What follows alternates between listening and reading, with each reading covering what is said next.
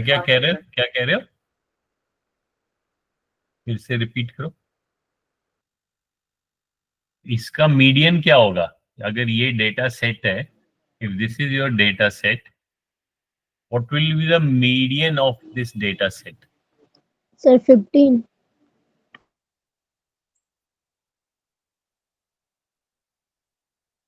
15 कैसे होगा?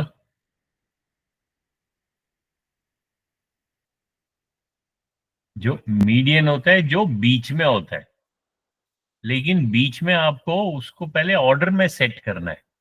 तो पहले आपको ये डेटा सेट जो है वो असेंडिंग ऑर्डर में लिखना पड़ेगा, यानी कि सबसे छोटा वैल्यू यस 15, सर। फिर नहीं सॉरी, पहले सर 10, 10, 15, 18, 18, 20, 20, 21। 21।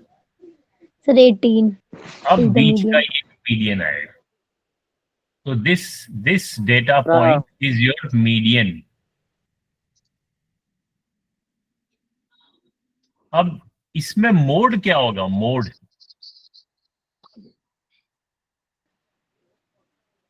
मोड होता है वो डेटा पॉइंट जो सबसे ज्यादा रिपीट हो। कुछ नहीं। रिपीट हो। इसमें तो रिपीट हो ही नहीं रहा है कोई।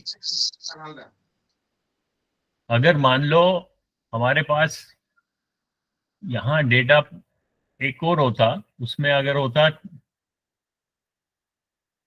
एक और होता, मान लो उसमें हम यहाँ पे लिखते 20, तो फिर जब हम इसको असेंडिंग ऑर्डर में लिखते तो ये 20 दो बार ही आता, 20, 20, 21। फिर हमारा मीडियन भी चेंज हो जाता, और मोड मोड फिर हमारे को 20 मिलता, जो data point maximum time repeat हुआ है उसको हम मोड कहेंगे। ठीक है तनुजा? Okay sir. तो इस डेटा सेट का मोड विल बी 20 ना। अगर इसको हम देखें, इसको ध्यान से देखें, इसका मीडियन क्या होगा? अब बताओ, who will tell me the median of this data set?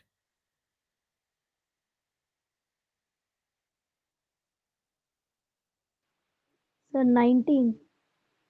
हाँ, क्यों? क्योंकि बीच में, अब बीच में कौन कहाँ पे है? बीच में ये 3 राइट साइड में, ये 3 लेफ्ट साइड में, तो बीच में हमारे को कैसे मिलेगा? जो बीच में दो नंबर्स होंगे 18 एंड 20, उनको ऐड। उनका उनका मीन निकालना है हमें। तो पहले ऐड करेंगे 18 और 20 को, फिर 2 से डिवाइड करेंगे, तो हमें बीच में 19 जो मिलेगा, वो 19 will be the median of this data set. ठीक है? Yes sir. तो ये सारे ये आप लोगों को अगर आते हैं तो हम आगे चलते हैं। अगर इसमें कुछ कंफ्यूजन है, जैसा पाई चार्ट या हिस्टोग्राम या फ्रीक्वेंसी टेबल, तो इनको हम, ये आता है ना सब, frequency table, histogram, pie chart, mean, mode, median and range of data, सब उनको आता है या कुछ पूछना है? बोलो,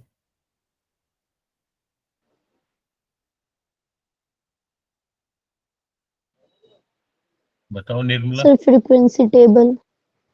फ्रीक्वेंसी टेबल, फ्रीक्वेंसी क्या? तो फ्रीक्वेंसी टेबल तो बहुत इजी है। फ्रीक्वेंसी मींस जो डेटा पॉइंट को आपने जब कैप्चर किया, जब उसको कलेक्ट एंड रिकॉर्ड किया, तो उसका कितनी बारी वो कैप्चर हुआ।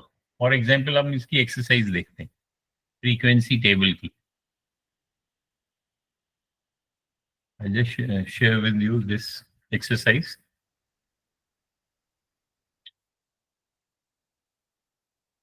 अभी ऐसे मान लो ये टेबल है हमारे पास। अब now this is a table because these are the rows and these are 2 columns. A frequency table for the data on the age of 20 science teachers is given below. अच्छा, फिर इसमें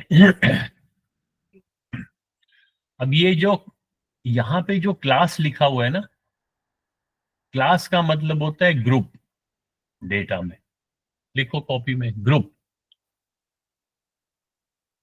यानी कि आप कभी अगर डेटा अगर ऐसे हो, सपोज यहां पे हम क्या लिख रहे हैं, a frequency table on the age of 20 science teachers, यानी कि 20 साइंस टीचर्स को हमने पूछा कि उनकी एज क्या है। तो जब हमने डेटा एक्चुअली कलेक्ट किया होगा, हमने कैसे किया होगा, हमने एक तरीका है कि हम हर टीचर का यहाँ पे नेम लिखें और यहाँ पे एज लिखें। हमें नेम नहीं चाहिए, हमें चाहिए कि एज के हमने ग्रुप्स बनाए हैं। अगर आप इसको ध्यान से देखोगे यहाँ पे, ये आपका एज का ग्रुप है, यानी कि बिटवीन 20 एंड 30 इयर्स। इस एज के कितने टीचर्स थे? 7। बिटवीन 30 एंड 40 इयर्स, तो हमने एक एक करके नहीं पूछा। जब हमने डेटा को कलेक्ट किया, हमने हर टीचर से एज नहीं पूछा, हमने उनका ग्रुप पूछा। कि हमें ग्रुप से मतलब था, अगर कोई टीचर कहेगी कि माय एज इज 35, आपको याद है ना टैली मार्क्स हम कैसे कलेक्ट कर रहे थे? जब हम टेबल में अगर हम रिकॉर्ड एंड कलेक्ट करेंगे,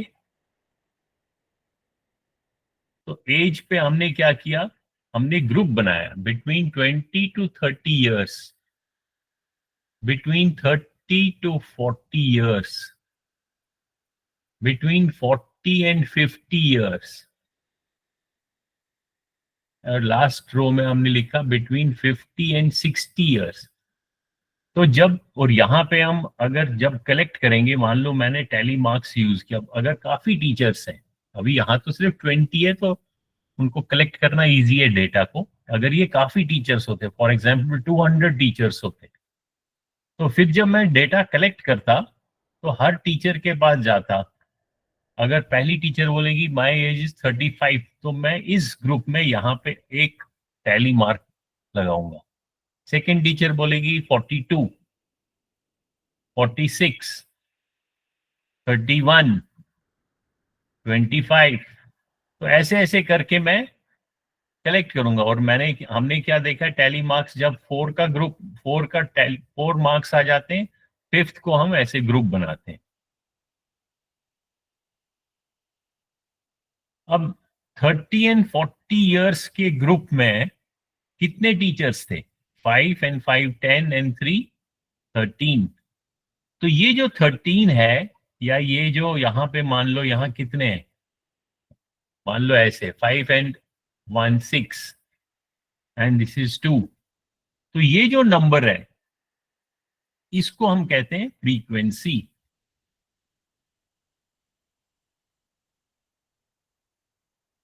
ये नंबर को फ्रीक्वेंसी कहते हैं। Frequency means number of times that data point. अब डेटा पॉइंट कौन सा है? डेटा पॉइंट ये है, इसको हमने कैप्चर किया, इसको कलेक्ट किया कि ये वाला जो एज ग्रुप है वो 6 टाइम्स हमने कैप्चर किया, यानी कि 6 टाइम्स वो रिपीट हुआ while we are collecting the data. So this number is called frequency. अब यहां पे ये क्या कह रहा है, जो ये ग्रुप है, इस ग्रुप को हम क्लास भी बोलते हैं। ठीक है, सो इस क्लास की ये फ्रीक्वेंसी है, इस क्लास की ये, इसकी। अब ये कह रहा है what is the width of each class, यानी कि ईच ग्रुप।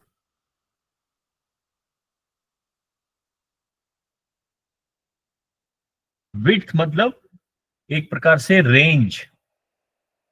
अब इसका रेंज क्या है, हमने कितने कितने विड्थ, उस जो ग्रुप है उसका रेंज क्या है?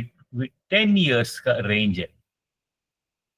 हमने 10 इयर्स का ग्रुप बनाया, 20 से 30, तो 10 इयर्स का ग्रुप। ये सारे 10 साल के ग्रुप्स बनाए।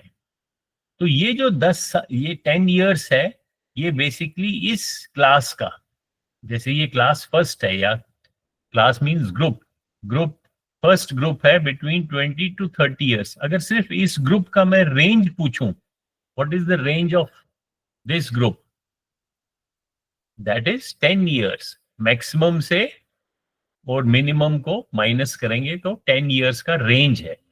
इसी रेंज को मैं हम विड्थ भी बोलेंगे। तो आंसर क्या होगा? 10। Sir 10 year। 10 years each class, यानी कि ईच ग्रुप 10।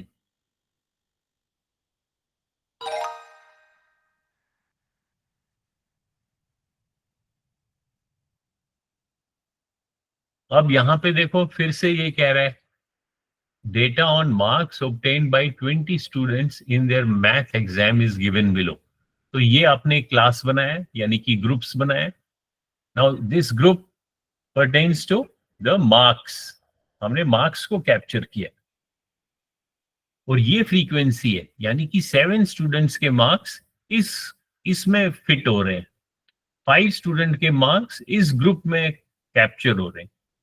अब ये कह रहा है for the class 40 to 60 what is the upper class limit. Upper class limit क्या होगा? उस क्लास का अपर लिमिट, उस ग्रुप का अपर लिमिट क्या होगा? 60 होगा, क्योंकि इस ग्रुप में 40 मार्क्स से लेके 60 मार्क का ग्रुप आपने बनाया। जो 4 स्टूडेंट्स इस ग्रुप में आ गए। सो इस ग्रुप का या इस क्लास का what is the upper limit? Upper limit is 60। 60। हाँ, तो हम 60 को कर सकते हैं।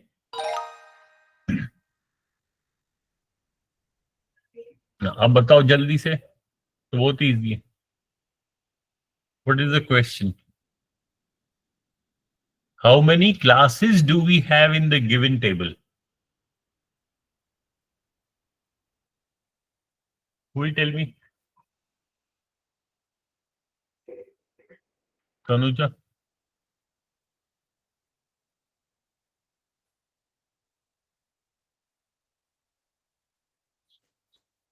बोलो यदुल्ला।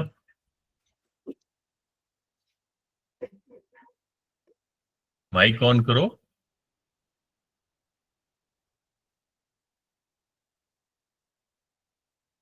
समझ नहीं आ रहा है?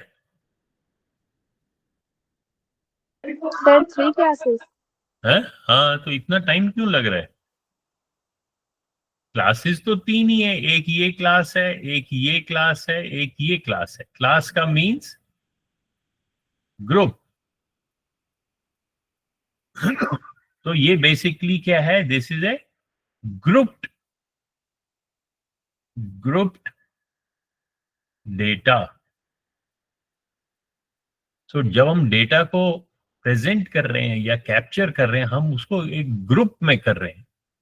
ऐसे नहीं कर रहे हैं कि एक, अगर मैं कहूंगा 20 मार्क्स 5 स्टूडेंट्स को मिले, 30 मार्क्स 4 को मिले, 50 मार्क्स 6 स्टूडेंट को मिले, तो ये फिर ये जो 20 है या 30 है, ये तो एक सिंगल नंबर है। ये फिर क्लास नहीं माना जाएगा, ग्रुप नहीं माना जाएगा। बट जब हम इसको एक ग्रुप में कैप्चर करें तो उसको हम कहते हैं class. How many classes? This is 1 class, 2 class, 3 class. So we have 3 classes in this table.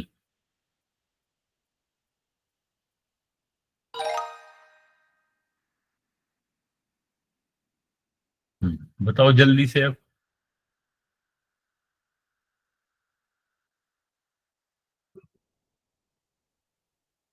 What should be the answer? Sir 50। हाँ, तो basically for this class what is the lower class limit? इसका lower limit ये है, upper limit ये है। सो lower limit is ये, तो ये ऑप्शन सी।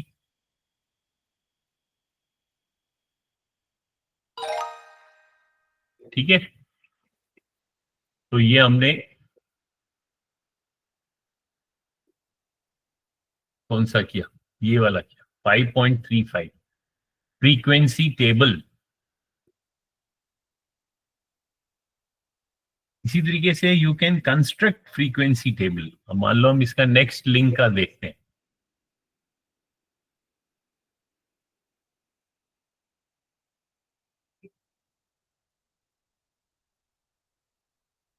अब ये क्या कह रहा है?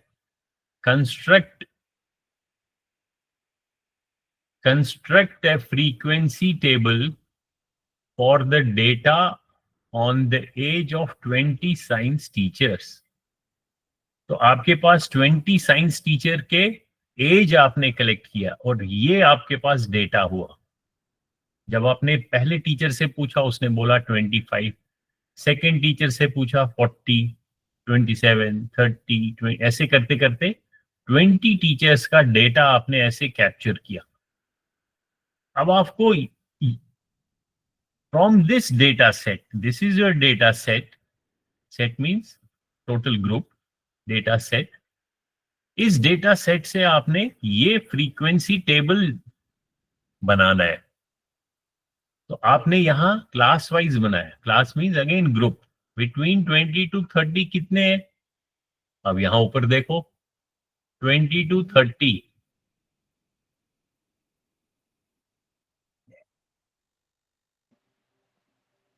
तो कोई भी नहीं है।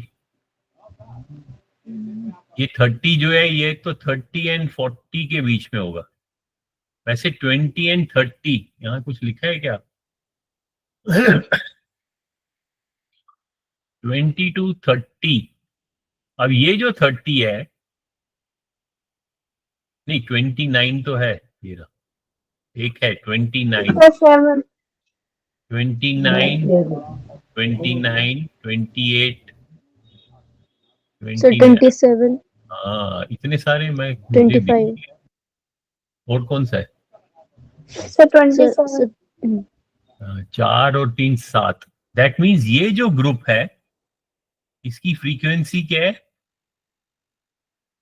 7। 7. अब यहाँ पे थोड़ा कंफ्यूजन ये हो सकता है कि ये जो 30 है, ये 30 इस ग्रुप में आएगा या इस ग्रुप में आएगा? देखा जाए तो ये इसमें अगर इसमें लिखा हो कि भाई अपर लिमिट आपने इंक्लूड करना है या नहीं करना है, अब वो लिखा नहीं है। फिलहाल हम इसको चलो दूसरे ग्रुप में मानते हैं। Between 30 and 40, Yes, sir. 1, 2, 3, 4, 5, 6 ही है ना?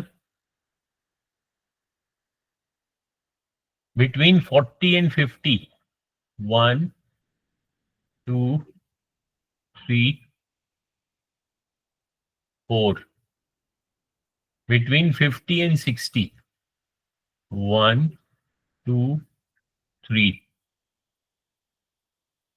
अब इसको टोटल देखो, ये 20 हो गया ना? हाँ 20 हो। अब हमारा आंसर, अब यहाँ पे एक तो ये फिल करना है आपने, तो जल्दी से मैं इसमें लिखता हूँ फ्रीक्वेंसी 7, 6, 4, 3। तो ये तो हमने लिख दिया। अब इसमें थोड़ा सा हमारा आंसर गलत भी हो सकता है, क्योंकि अगर वो उसको 30 को ऊपर वाले इसमें माने, क्योंकि और तो कुछ इसने इंस्ट्रक्शंस दिए नहीं है। और लास्ट में लिखा है a majority of these teachers are younger than 40 years। True है या फॉल्स है? Sir, false फॉल्स है, क्यों? यंगर देन 40 इयर्स, तो यंगर देन 40 इयर्स तो ये ग्रुप भी है और ये ग्रुप भी है। तो 7 + 6 is 13। मोर देन 40 इयर्स तो 7 है। दैट मीन्स हाँ, जो ज्यादा मेजॉरिटी जो है वो 40 इयर्स से यंगर है, फिर तो ट्रू होगा, है कि नहीं? Yes, sir. तो इसको ट्रू मानते हैं। Yes, sir. अब चेक करते हैं हमारा answer. Good, that means our answer is correct. अब फिर से वैसा ही है। अब बताओ जल्दी से। अब हमारे को construct a frequency table for data on weights in kilogram of 20 students of a school. So this is our data set. यहां से फ्रीक्वेंसी हमने इनमें लिखना है और फिर एक तो फ्रीक्वेंसी टेबल बन गया, this is your frequency table, और उसके बेसिस पे कुछ क्वेश्चन पूछा जा सकता है। तो सिंपल है। तो ये आप खुद कर लेना फिर एक्सरसाइज, ठीक है। Okay sir. Okay. Yes sir. ये कहाँ पे है? ये एक्सरसाइज है 5.35। ये आप खुद कर लेना। फिर हमने देखा है हिस्टोग्राम। हिस्टोग्राम मालूम है ना?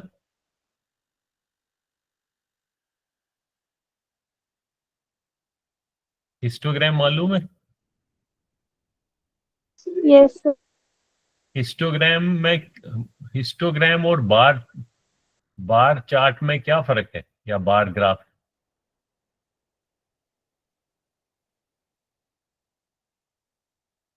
शाबाश, कौन बताएगा? मालूम है? जल्दी बोलो, यस और नो, आगे सर चलो। हिस्टोग्राम में सारा एक साथ बनता है और बार ग्राफ में एक एक लाइन से होके बनता है। हिस्टोग्राम में क्या बनता है? शाबाश। सर जो डाटा होता है वो एक साथ बनता है, क्या उसमें कोई बनता भी है? गैप नहीं होता है। हाँ, गैप नहीं होता। गैप नहीं होता है, एक तो वो है। दैट मीन्स हम बेसिकली उसके जो अभी हमने जैसे ग्रुप्स देखे ना, ग्रुप्स या क्लासेस, हम क्लासेस या ग्रुप्स को प्लॉट करते हैं तो एक प्रकार से। और बार ग्राफ में हम सिर्फ एक स्पेसिफिक लेबल को कैप्चर करते हैं। अब देखो इसमें फर्क क्या है, तो ये सबसे पहले यहाँ पे ये डिफरेंस पता चलेगा कि क्या इसमें डिफरेंस है।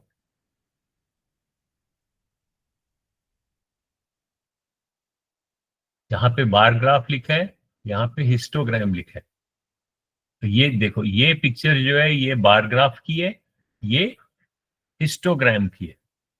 इसमें हिस्टोग्राम में आपने बिल्कुल सही बोला, इसमें गैप नहीं है। जो ये आपके रेक्टेंगल्स हैं या बार्स हैं, इसके बीच में तो यहाँ गैप होती है बार चार्ट में, हिस्टोग्राम में नहीं होती। तो पहला पॉइंट क्या लिखा है? Bar graph is graphical representation of categorical data, और यह है क्वांटिटेटिव डेटा।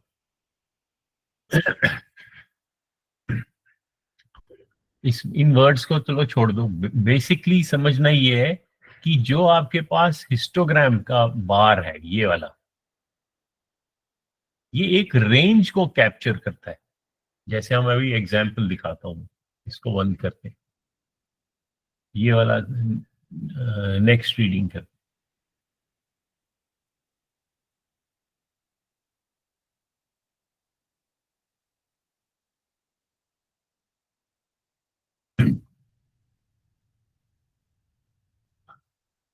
अगर आप यहाँ पे एक्स एक्सिस देखोगे, ये एक्स एक्सिस है, एक्स एक्सिस पे जैसे ऊपर क्या क्वेश्चन लिखा है? The following histogram shows the mass of each pumpkin in series patch for this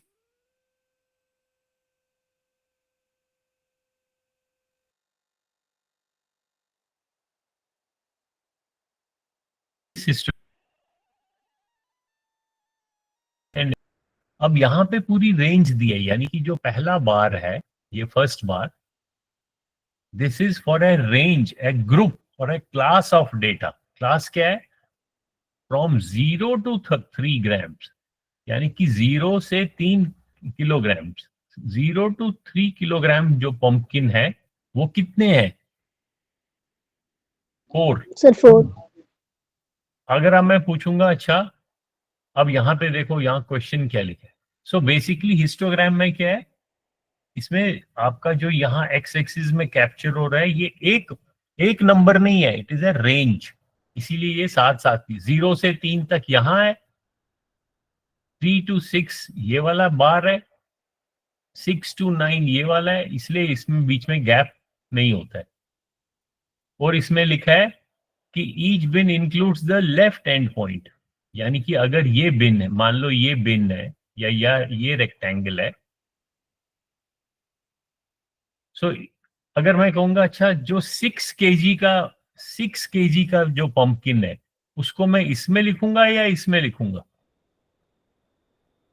तो ये इंस्ट्रक्शन हमारे ये दिया हुआ है कि each bin includes left point. तो लेफ्ट पॉइंट जो है जब ये 6, क्योंकि ये वाला अगर आप देखोगे इसमें pumpkin is from 6 to 9 KG, यानी कि अगर कोई पंपकिन 6 केजी होगा तो वो इस बार में आएगा, इस बिन में आएगा, इस रेक्टेंगल में आएगा। तो यहां लिखा है कि लेफ्ट वाले को इंक्लूड करो और राइट पॉइंट को एक्सक्लूड करो। अब यहां पे ये कह रहा है how many more pumpkins have a mass between 9 and 12 then between 0 and 3। बताओ।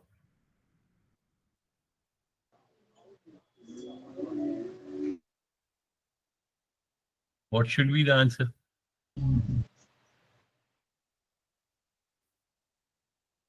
समझ में आ रहा है question?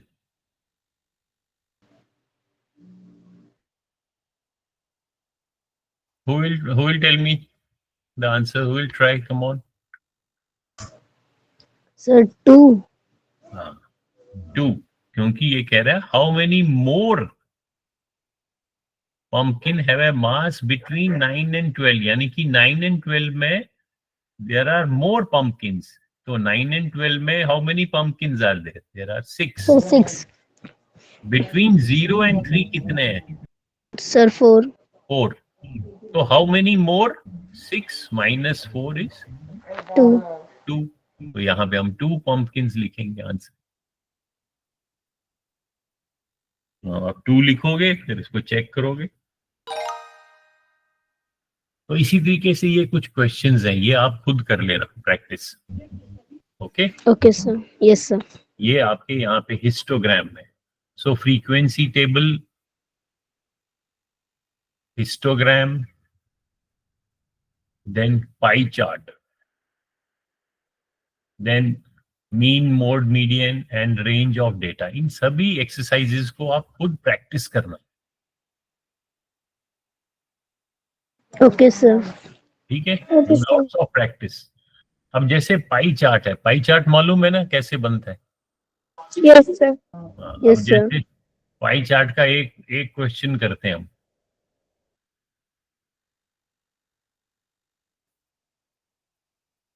And then we'll move forward.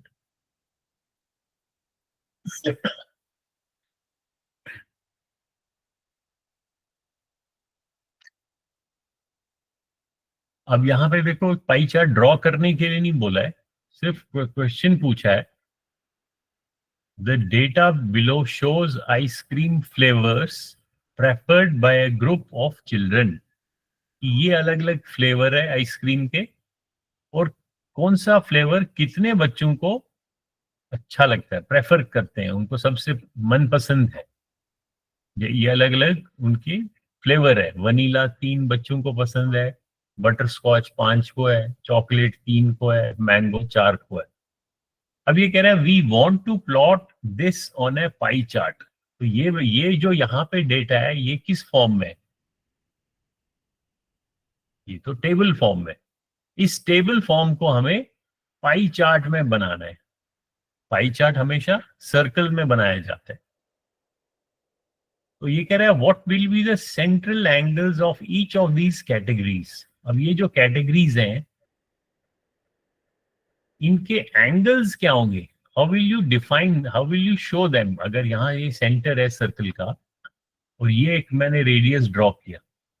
अब जैसे वनीला है, अब वनीला का मुझे ये जो सर्कल है इसका बेसिकली एक फ्रैक्शन, इसका एक हिस्सा मुझे दिखाना है वनीला का फ्लेवर। तो अब वनीला का मैं बेसिकली मान लो इतना सेक्शन, अगर मैंने दिखाया कि ये वनीला है, इतना सारा चॉकलेट है, इतना कोई और फ्लेवर है, ये अलग फ्लेवर है और ये अलग फ्लेवर है। तो मैंने एक सर्कल को अलग अलग सेक्शंस में, अलग अलग पार्ट्स में डिवाइड किया। तो हर पार्ट आप अगर ध्यान से देखोगे बेसिकली सेंटर में एक एंगल बनाएगा। ये वाला एंगल बना रहा है एक, दूसरा सेक्शन आ गया ये वाला, इसने भी एक एंगल बनाया, इसने भी एक एंगल बनाया। अब वो एंगल्स ये पूछ रहा है कि जो आपने वनीला का सेक्शन बनाना है सर्कल के बीच में, उसका सेंटर में क्या एंगल होगा। अगर ये वनीला है, उस वनीला का एंगल कितना होगा, तभी अगर आपको एंगल पहले पता चलेगा तभी तो आप ड्रॉ कर पाओगे पाई चार्ट को। तो वनीला का एंगल इन डिग्रीज बताओ। कौन बताएगा, कौन ट्राई करेगा, शाबाश।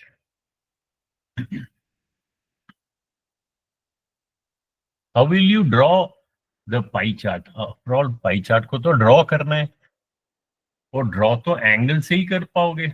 अलग अलग सेक्शंस जो बनाओगे आप एंगल प्रोट्रैक्टर से, या जिसको डीवी कहते हैं, उससे एंगल ड्रॉ करोगे, फिर अलग अलग सर्कल के अलग अलग पार्ट्स बन जाएंगे।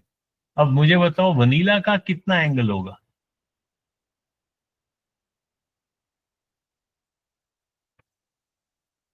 समझ में आ रहा है क्वेश्चन।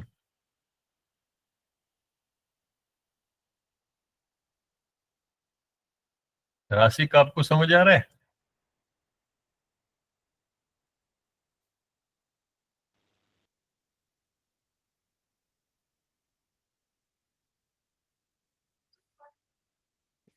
बताओ तनुजा। सर 3 से डिवाइड करेंगे। है 3 से डिवाइड करोगे किसको।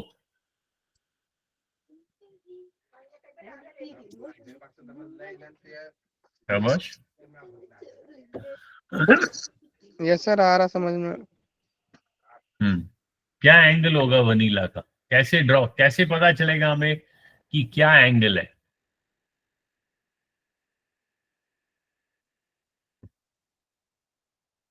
पहले आप देखो कि टोटल आपके पास कितने स्टूडेंट्स हैं, कितने बच्चे हैं टोटल। वो आपको पूरा डेटा सेट का साइज बताएगा, या जो अभी हमने पिछले क्वेश्चन में देखा डेटा का रेंज बताएगा, या रेंज नहीं विड्थ, साइज होता है विड्थ। यानी कि वनीला में आपके पास 3 स्टूडेंट्स हैं, 3 बच्चे हैं, 3 बच्चे तो हैं, टोटल टोटल कितने हो गए। इन्हें ऐड कर 3 देंगे। और 5 सर 15। 8 और 3 11 15, टोटल 15 चिल्ड्रन है।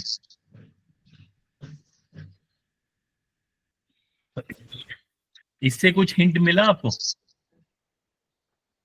टोटल 15 है।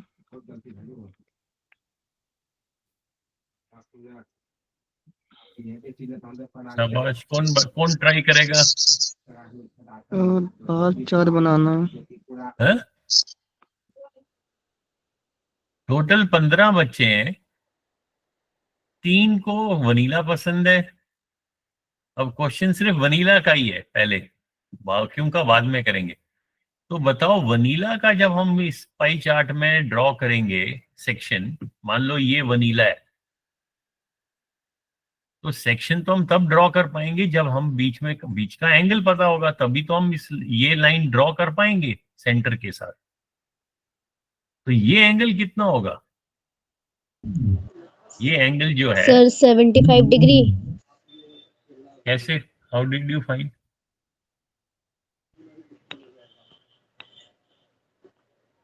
कैसे 75 मिला। Sir 3 divide by 15 multiply 360 degree is equal to. हाँ, सो अगर टोटल मेरे पास 15 स्टूडेंट है, 15 चिल्ड्रन है, 15 में से 3 चिल्ड्रन को, तो उनका रेशियो क्या हो गया 3/15, यानी कि 15 में से इसको हम कैसे इंग्लिश में लिखेंगे, 3 out of 15 children like vanilla. तो अगर आप इसको एक प्रकार से देखोगे, इसका इस फ्रैक्शन का क्या वैल्यू है, अब वैल्यू आप इसको डेसिमल में लिख सकते हो, परसेंटेज में लिख सकते हो, या फ्रैक्शन में भी लिख सकते हो। अब 3/15 अगर देखा जाए, अगर मैं इसको थोड़ा सिंप्लीफाई करूं, 3 1 जा 3, 3 5 जा 15, that means 1/5 of students of children like vanilla. तो बेसिकली अगर मेरे पास ये पूरा सर्कल है और सर्कल में 360 डिग्री है, तो 360 का 1/5 निकालना है, 1/5 of 360 degree. So that means 1/5 multiplied by 360. 5 7s are 35. 72 degree. 5 2s are 10. So ये जो एंगल होगा वो 72 डिग्री होगा। ये समझ आया सबको? Yes, sir. तनुजा समझ आया? Yes sir. राशिक आया समझ? सर यस सर आ गया। हाँ, अब मुझे बताओ बटर स्कॉच का एंगल क्या होगा सेंटर में? आ गया सर आ गया। तो टोटल हमारे पास कितने थे?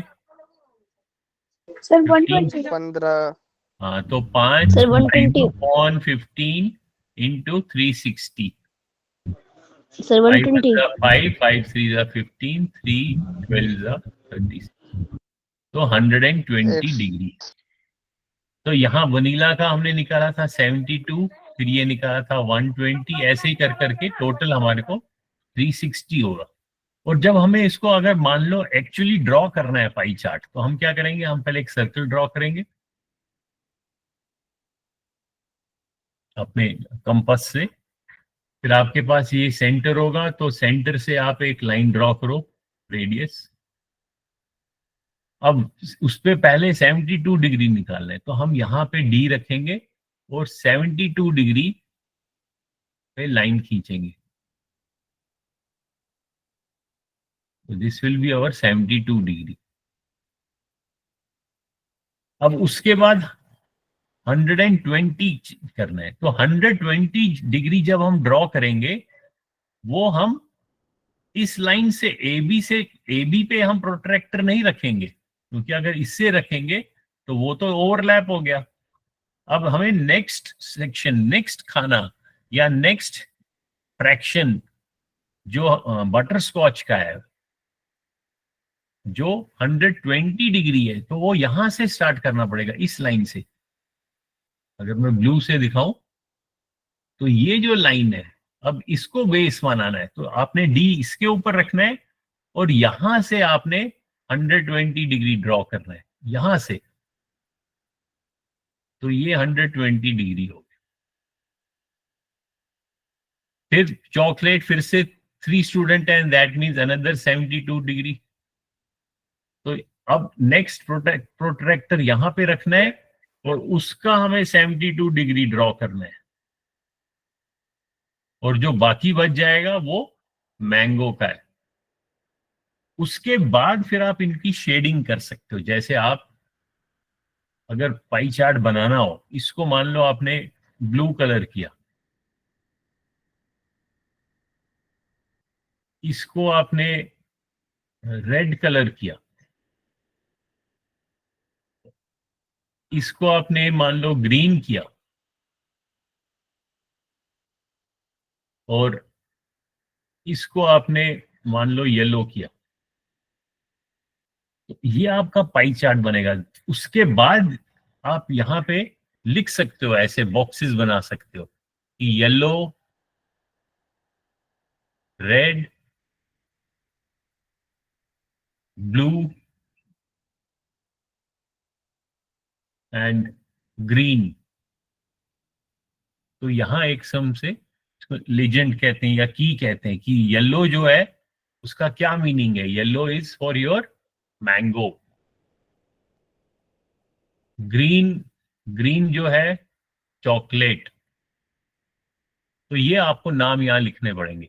उससे फिर क्या होगा कि इसको, पाई चार्ट का क्या फायदा है? पाई चार्ट का फायदा है कि एकदम दिखने से, एकदम देखने से ही हमारे को डेटा को इंटरप्रेट कर सकते हैं, एकदम पता चल जाता है। अभी इस पाई चार्ट को देखो तो आपको एकदम पता चलेगा सबसे ज्यादा कौन सा फ्लेवर पसंद है, तो वो ये है रेड। ये इतना बड़ा है, जब आप इसको पेंट करोगे तो आपको एकदम दिखाई देगा, अरे रेड कलर तो सबसे ज्यादा है। और red is your butterscotch 120 degree. Is it clear? Yes sir. तो ऐसे ही आपको पाई चार्ट की एक्सरसाइज भी होगी। तो ये आप पाई चार्ट की 5.37 पे अलग अलग एक्सरसाइजेस कर लेना। पाई चार्ट को ड्रॉ करना है, हिस्टोग्राम को, फ्रीक्वेंसी टेबल को। तो ये सारे मैं डाल दूंगा, बार ग्राफ, बार। इनको एक बारी आप एक एक दो दो क्वेश्चंस करोगे तो आपको खुद ही अच्छी तरीके से क्या आ जाएगा, इंटरप्रेट डेटा। क्योंकि आप पिक्चर ग्राफ देखोगे, बार ग्राफ देखोगे, फ्रीक्वेंसी टेबल देखोगे, हिस्टोग्राम देखोगे और फिर पाई चार्ट भी देखोगे, तो उससे आपको अलग अलग चार्ट को इंटरप्रेट करना या बनाना की प्रैक्टिस हो जाएगी। ओके, तो यहाँ पे हम क्लास एंड करते हैं। ये आपकी एक्सरसाइज है फ्रॉम ऑल दीज, फ्रॉम 5.3 जो सीरीज है, 3.1, 3.2,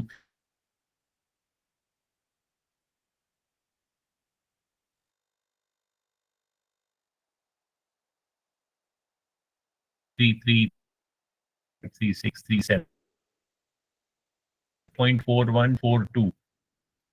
तो 5.3 एंड 5.4 के जितने भी एक्सरसाइजेज हैं वो सारे आप करो। फिर नेक्स्ट क्लास में हम स्टैटिस्टिक्स करेंगे, ठीक है? तो यहाँ पे मैं क्लास एंड करता हूँ। अभी मैं ये सारे आपकी जो मैथ मिडिल है उसमें डालूंगा। जस्ट गिव मी 5 मिनट्स, उसके बाद आप देखना आप लोगों को दिखाई देगा अपने गूगल क्लासरूम में।